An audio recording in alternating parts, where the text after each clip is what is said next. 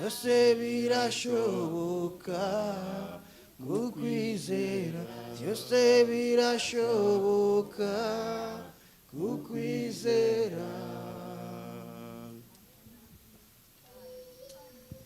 Haleluya. Hallelujah. Haleluya. Hallelujah. Mbese turanezerewe. Are we happy? Kumvise ijambo ridusubizamwo ibyiringiro. We want the word of God to bring us faith. Ko twizeye Yesu. That so long we believe in Christ. Tugakurikira Yesu. And we follow Christ. Tukaba turab'Imana. And become of God. Tumeze nk'imisozi. We are like mountain. Siyoni. Haleluya. Hallelujah. Turakomeye rero. We are strong. Undi yararirimbye ngo turi ibikomangoma. That we are strong.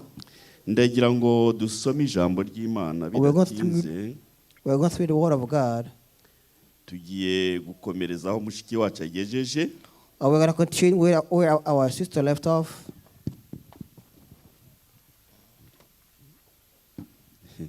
Nareye isa yanjye kuri telefone kugira ngo ntaza kurondogora kuko ari abasaza turondogora twibagirwa igihe. Amen. Turasoma ijambo ry'Imana. We're going to read the word of God. Muri Matayo igice cya 8. The book of Matthew chapter 8. Turahera ku murongo wa 18 tugeze ku murongo wa 22. Amen. Matayo. Once again, the book of Matthew. Igice cya 8. Chapter 8. Duhere ku murongo wa 18. Verse 18. Tugeze ku 22. And 22. Umutwe turavuga ku ikiguzi cyo gukurikira Yesu. The theme says sacrifice the follow Christ. Ikiguzi cyo gukurikira Yesu. Offering the follow Christ. Umuntu usoma neza adusomere muri Bibiliya y'Ikirundi twumve mu Kirundi kuko nirwo rurimi We're going to read in Kirundi because majority of us understand Kirundi. Once again, the book of Matthew chapter 8. Matayo 8:18 kugeza 22 haravuga ngo gukurikira Yesu. Yesu abonye ishengero ryinshi rimukikije agera ko bajabuka hakurya. 19 haza umunyabwenge w'ivyanditswe aramubwira ati mwigisha ndagukurikira hoja hose. 20 Yesu aramubwira ati imbwebwe ziri n'ibyobo n'ibiguruka mu kirere biri n'ivyari ariko umwana w'umuntu we ntagira aho arambika umusaya. 21 uwundi mu bigishwa aramubwira ati mugenzi banza undekure ngende mpambe data. 22 ariko Yesu aramubwira ati nkurikira reka bapfuye bahambe abapfu babo. Imana idufashe. Amen. Reka dusome no mu gice cya 19. And let's read chapter 19 as well. Igice cya 19. Matthew 19. Turahera ku murongo n'umurongo wa 24 tugeze ku murongo wa 30. Matthew 19 verse 24 to 30. Kandi ndababwire yuko icoroshe ari ngamiya guca mu zuru ry'urushinge biruta ko umutunzi yinjira mu bwami bw'Imana. 25 abigishwa bavyumvise baratangara cane bati none rero ninde ashobora gukizwa? Yesu arabitegereza arababwira ati kubw'abantu ico ntigishoboka ariko ku Mana byose birashoboka. Amen. Turacyakomeza. I'm going to continue. Komeza umurongo wa 27 kugeza umurongo wa 29. Buno Petro naho maze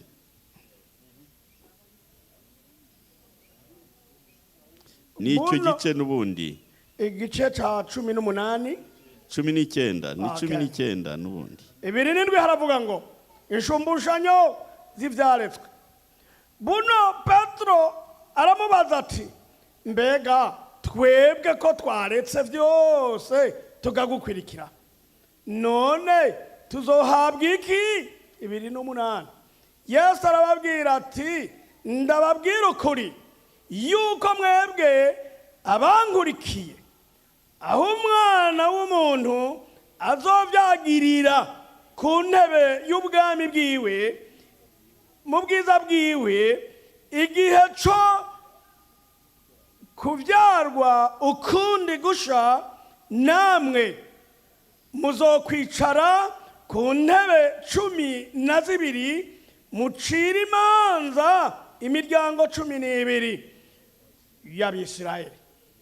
29 umuntu wese yasize urugo canke bene nyina canke bashikibe canke se nyina canke bashikibe canke se canke nyina canke abana canke itongo canke kubw'izina ryanje azobishumbushwa umurengera kandi azorarwa ubugingo budashira. 30 ariko benshi kugezaho urakoze cyane. Haleluya, amen, haleluya, amen. Ni amagambo atari make yadusomye. It's a lot of verse we just read. Amagambo yiyongera kuyo twumvise. This add upon what we heard earlier. Abiringiye Uwiteka bameze nk'umusozi Siyoni. Those who trust in God, they like Mount Zion. Byerekana ngo iyo wiringiye Uwiteka, if you believe in God, ntabwo uzakorwa n'isoni. You find no shame. Niba wiringiye Uwiteka, that if you trust in God, tuza ugumaho ntuhave ni heza. That if you trust in God, stand firm and stay where you are. None amagambo nayo dusomye, so this word we just read, aratwereka that it shows clearly umugabo umwe, the one man, badusome ngo inshabwenge mu byanditswe. They say he was a wise man. Muri Bibiliya y'Ikinyarwanda bavuga ngo umwanditsi. They said he was the author of the scriptures. Ni bande? Question is, who are the authors? Iyo dusomye muri Matayo igice cya 23, we'll read Matthew 23, ugahera ku murongo wa 2, verse 2. Tubona bo ari bande Yesu abasobanura.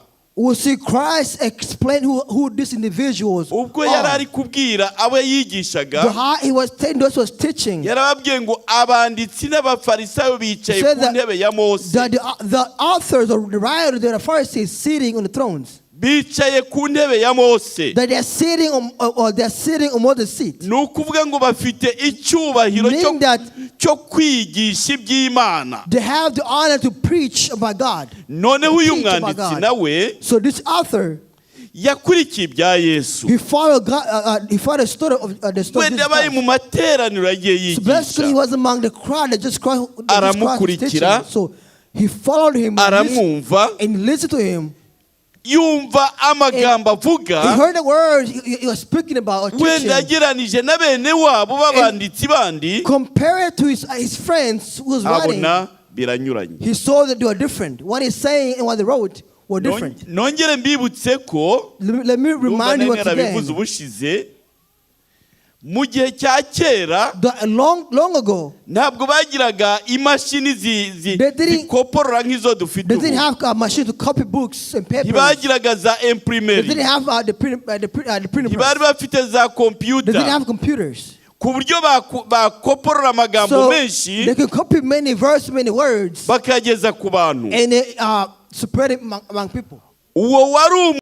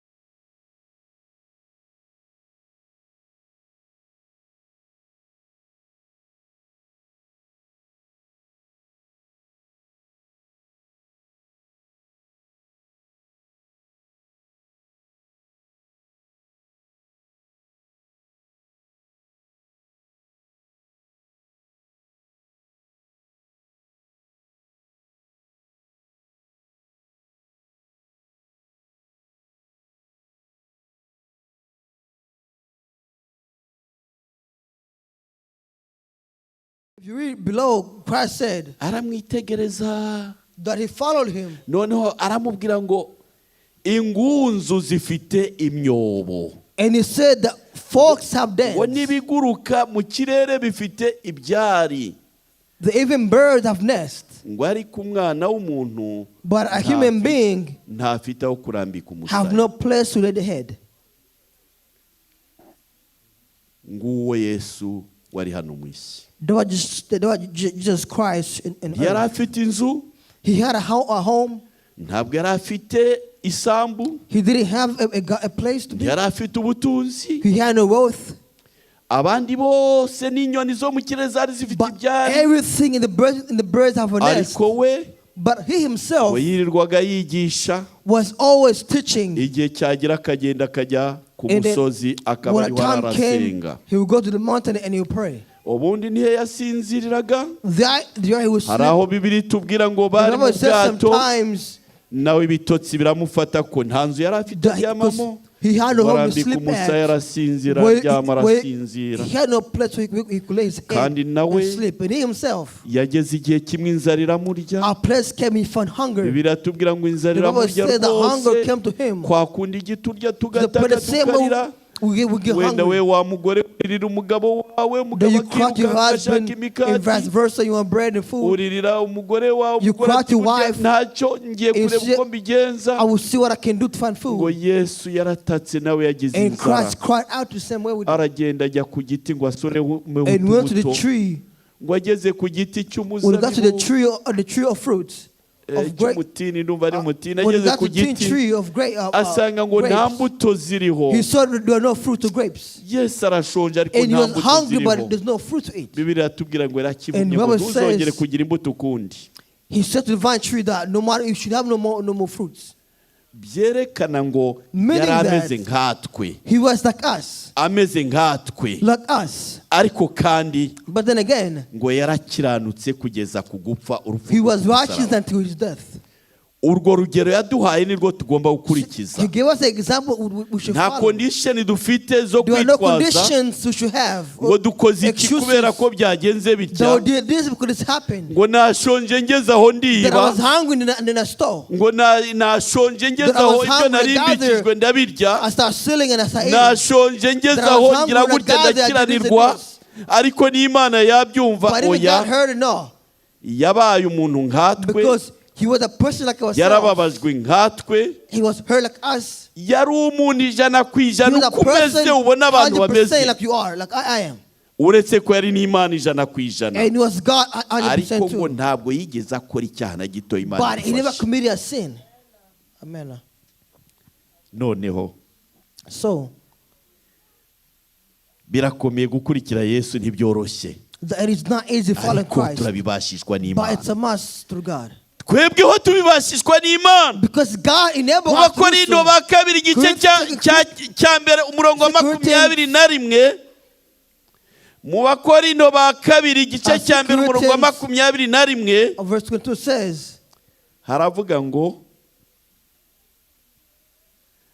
twebwe namwe Imana ubwayo nidushoboza gukomera muri Kristo, ni nayo yadutoranyije ngo dukore umurimo wayo. Imana idufashe. Amen. ahari sinigeze ngo gusoma, wasoma uwo murongo. Okay, let's read once again the book of 2 Corinthians chapter 2 1. Corinthians 2 Corinthians chapter 1 verse 21. Verse 21, as you can read.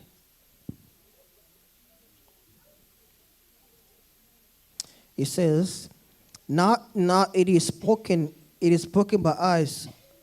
Now it is God who makes both us and you stand firm in Christ. He anoints us." Amen. N'umurongo umwe gusa. Imana niyo idushoboza kuyikurikira, niyo idushoboza gukiranukira, the nine can be righteousness. ngo ubwayo nidushoboza The gukomera only God himself enable us. kuri Kristo. Haleluya, Christ, amen. haleluya, Amen. ndumva twananiwe noneho. Hallelujah. Hallelujah, amen. Hallelujah. Amen. Mbese si iby'igikundiro ko dushobozwa n'Imana. Because God enables us. Iyo Amen. bikomeye Imana Because when it's hard, iradushoboza. God enables us. Ibikomera abantu ku Mana birashoboka. What's impossible to people, Kuko Imana to God is ariyo possible. ibidushoboza Imana. Because God is almighty, God does it. Erega See, Imana nidushoboza. because only God enables us. Niyo The only God, igiturinda, only God protects us. ariko natwe tukamenya ko But then we understand and know intambara ni that iyacu. that is not by our power. None se Bibiliya ivuga intwari zo kwizera. God speaks about the faith and Iyo turebye mu firmly. gitabo cy'Abaheburayo igice cya 11 Hebrews 10, havugwa 11, iby'abantu it says about people batubanjirije. who came before us. Tubona uko banyuze mu mibabaro, We see how they went through pain. benshi barishwe, The men were killed. abandi barababajwe mu buryo And butari bumwe, many were ariko ngo stoned. bazamukirayo ari intwari. But they believed in Noneho nonetheless. Yesu nawe aratubwira ngo And then just God taught us. muri Matayo igice cya 11 umurongo wa 12 aravuga ngo The Matthew 11. uhereye mu gihe cya Yohana umubatiza ngo ukageza none ngo ubwami bwo mu ijuru buratwaranirwa ngo kandi intwarane zibugishamo imbaraga. Imana idufashe. Amen. Intwarane zibugishamo imbaraga. And those believe in Ibyo Him have bishatse power kuvuga in iki? it. What does it mean exactly? Twebwe ga ntabwo turageraho tuvusha amaraso kubwo kwizera. See, we have not got a place where we ubone believe mugenzi by wawe our faith. baramumanitse baramwishe bamuhora kwizera. We have not got a place where you see a person Nuragera being ubona killed for their faith. mugenzi wawe bamukubitaguye You have not bamuvunaguye seen your amaboko friend n'amaguru kubera being iki? beaten because Kwizera bamubwira ngo nubireka turakureka. saying that if you start believing God, will Icyo leave you gihe alone. cyararenzwe That time ntitukiriho. has ended. That time is not here. Ariko ntawe ushatse kuvuga ko icyo gihe kitazabaho. But we're not saying it will not happen. No. Ndagira ngo mbabwire ko I want to tell you this. wenda haba none cyangwa icyo gihe gishobora no kugaruka. Even now, that time Ariko might icyo return. tugomba gukora ni iki? But what we need to do is, Ijambo ry'Imana rirakubwira ngo the Word of God tells tujye us dukiranuka tugeze ku gupfa. that let's always be Na holy Yesu until our death. akadusezeranya ngo nanjye nzaguha ikamba ry'ubugingo. Imana And the ishimwe cross at the cyane. end, I will give you a reward of life. Reka tugarukire aho. Let's go and conclude here. Dutekereze. And let's think. Ubu ngubu Let's brainstorm and think. dukurikira Yesu. See, now we follow Christ. We follow Jesus Christ. Twumvise amasezerano asezeranya abamwizera. We have heard the promise to those who believe in Him or Ayo trust in Him. masezerano kandi ni ayawe And this n'ayanjye. promise, they are for me and for you. Ngo ibyo wasize byose, And whatever you have left behind, ibyo usiga byose, whatever you have left behind, ibyo utanga byose, whatever you have given, haba mu murimo w'Imana, whether through God's work, kwa kundi ugenda utanga kangahe tuvuga ngo tugiye kwitanga kubw'inzu y'Imana, the same way we are going to tugiye give kubaka, because the church we're going to tugiye build. kwitanga kubwo gufasha That umuntu we are runaka, giving to support. We are giving to support somebody. tugiye kwitanga We are kubera giving umushyitsi because watugendereye. somebody is going to do something. Ijambo ry'Imana The ryatubwiye Word of ngo God have said, have taught us ibyo twasize byose, that whatever we have left behind, ibyo dusohora byose whatever we can do, kubw'umurimo w'Imana, by God's strength, tuzabihabwa inshuro we ijana. shall receive it tenfold. Kandi hiyongereho n'ubugingo And on buhora top of they buteka say byose. we will receive everlasting life. Ariko But ni abari muri Yesu, only those who are in Christ, bashikamye muri Yesu, they who are enough, who are batava completed in muri Christ, Yesu, those who don't live Christ, barindiriye muri Yesu, those who wait in Christ, abo ngabo nibo Imana igenda they are the itubona ones muri that Yesu. God says they are in Christ. Iyo itubonye muri Yesu, Because when God says, ihita itubona ko dukiranuka. because when God said through Niho Christ, rya jambo we are ngo holy.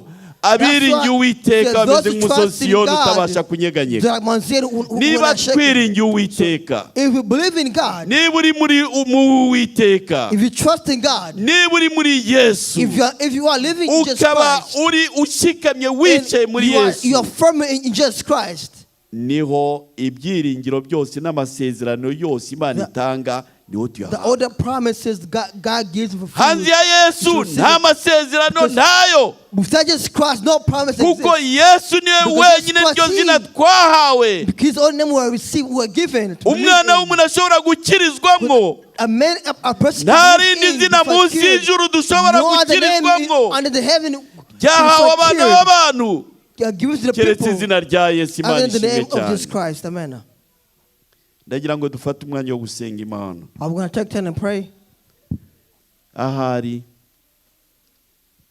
Wherever you are, Imana yaguhaye gutekereza, God gave you time to brainstorm and think. mbese uri mu nzira ukurikira umwami Yesu? The question is, are you in the path of believing God? Mbese uri mu nzira ufite umusaraba wawe? Are you in the path carrying on cross? Mbese umusaraba wawe ni cya giti wabaje wambaye? That is the cross, the tree you created. Umusaraba Yesu adusaba, The cross that Christ is asking us to carry. tugomba kwemera kumugira aho turi hose, mu bigerageza ibyo ari byo byose, haba no mu kazi, haba no mu nzira, haba no mu rugo, tukamukiranukira igihe icyo ari cyo cyose. That we must behold through him wherever you are. Haba mu bukene, haba mu Whether bukire. to poverty, to wealth and riches. Wifashe ute imbere y'umwami How do you wawe? stand when you are before your king? Ndagira ngo niba hari ukeneye ko yasabirwa, If kugira you're ngo looking, ahagara ashikamye muri Yesu, if you're looking to prayer so you can stand firm in Jesus kandi abone Christ, uko akomeza urugendo, so you can continue on your journey, arahaguruka, you should stand, abakozi b'Imana and God's bamusabire. servants could pray for you, so they could lay their hands upon you. Kandi niba hari n'ufite ikibazo cy'uburwayi And n'intege if nke, you're ill sick, arahaguruka, are you going to stand tumusabire Imana. and you can pray for you for God? Ni umwanya mwiza wo kujya imbere It is a y'Imana. time to get before Imana God. yaduhaye amahirwe, God give us Imana blessings. yadufunguriye urugi. God open the door Ni for us. umwanya wo gusenga Imana It is a kugira time ngo to pray. tuyiragize. Amen. Imana yacu yaradusezeranije kandi Because ntijya God yivuguruza. promised us. Ndagira ngo abakozi b'Imana bahaguruke. Amen. Kandabari muri Yesu nta rubanza ruzobatsinda. Ari muri Yesu nta rubanza ruzobatsinda. Kandabari muri Yesu nta rubanza ruzobatsinda. Kandabari muri Yesu nta rubanza ruzobatsinda. Reka kuriga turumenga ingona kwa Yesu biruzuye. Reka kuriga turumenye ingona Nshuti yanje kwa Yesu biruzuye. reka kuriga turumenga